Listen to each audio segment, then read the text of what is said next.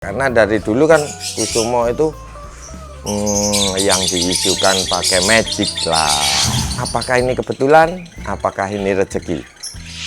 Setelah 2 minggu, Anggi tiap hari saya suruh ke sini, Nur tiap hari suruh saya lihat, berbalik. Betinanya saya diemin supaya nggak bunyi, si jantannya gacor.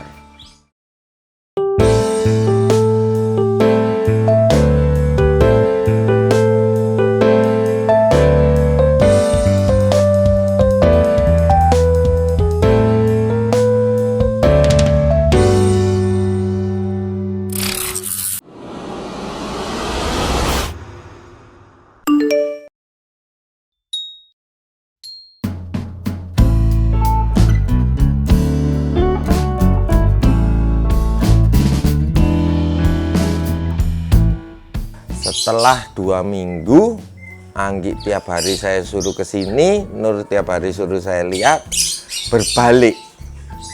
Betinanya saya diemin supaya nggak bunyi, si jantannya gacor. Nah itu sebenarnya sederhana caranya. Kitanya aja yang berpikir ribet. Konslet itu kan istilah.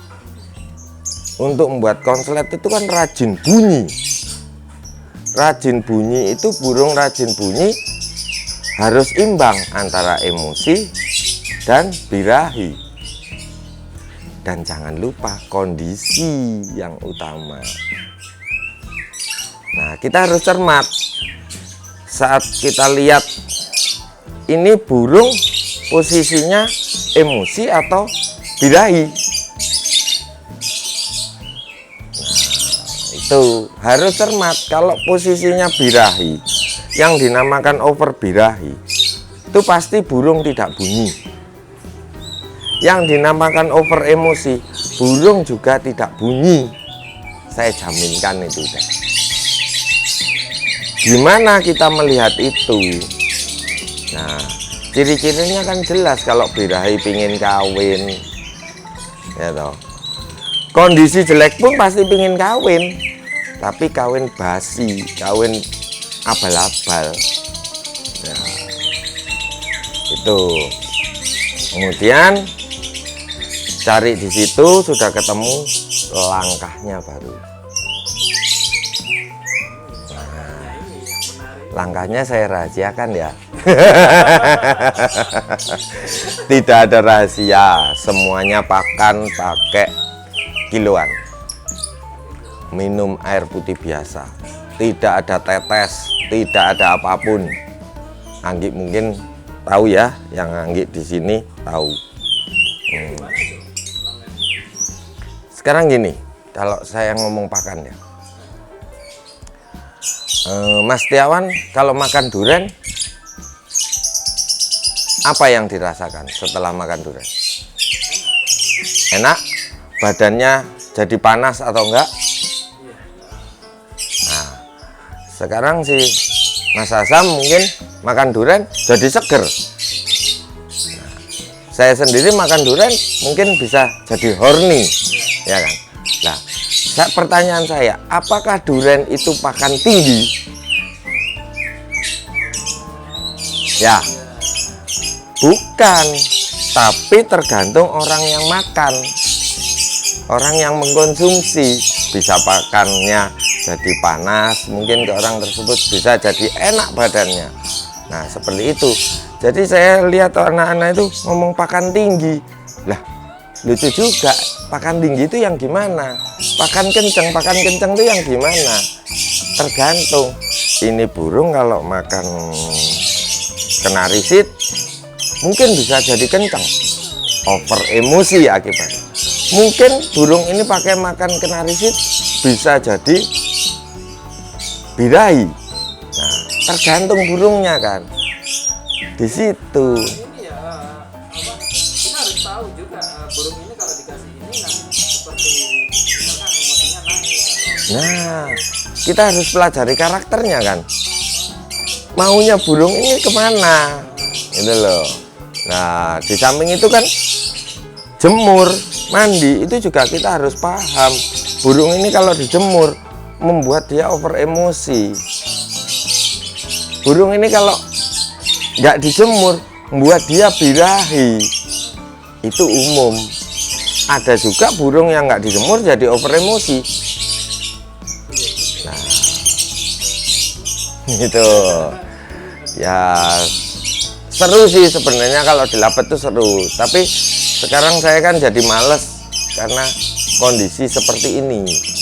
Setiap lomba semuanya pingin menang. Di mana adu kualitasnya?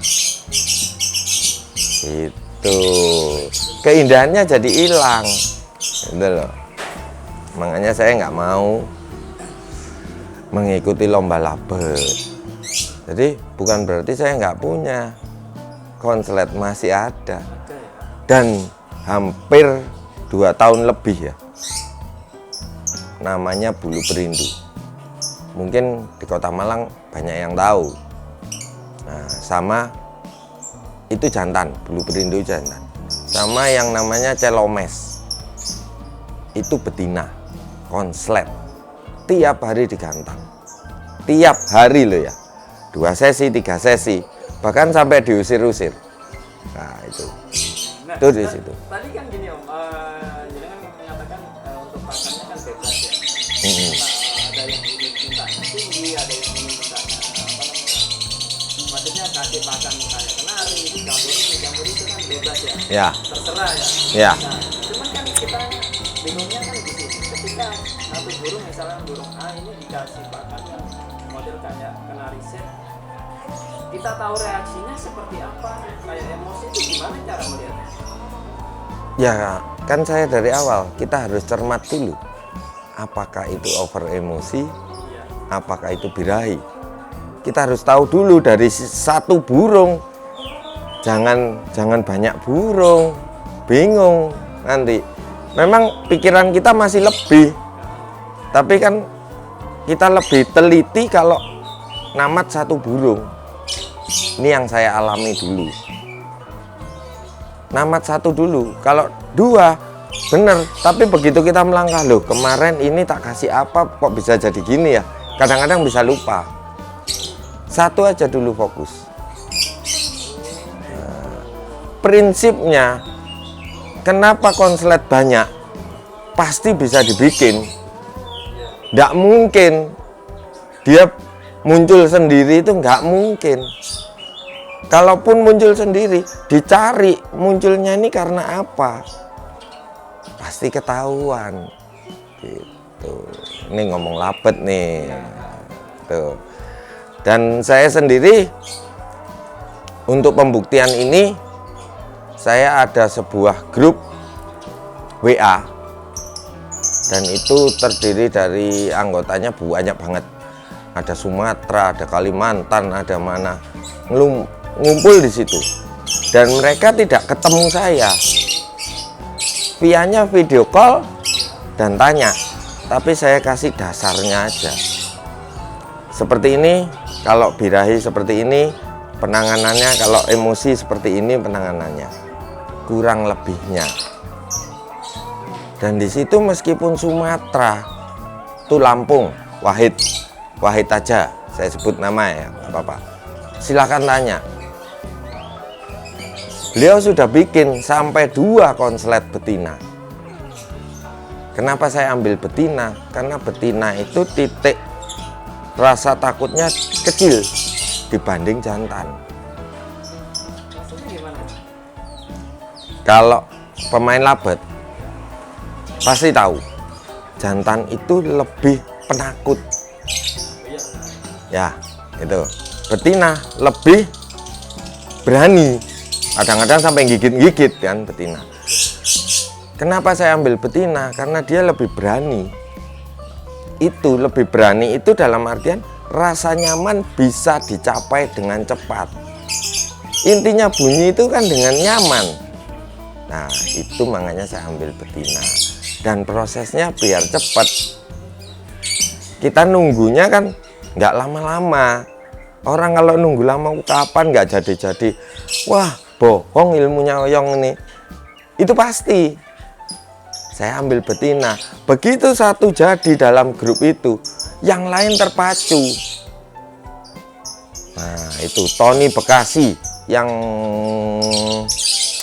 pakannya sampai sekarang bentuk istiqomah. Itu sama, belajar dari sini.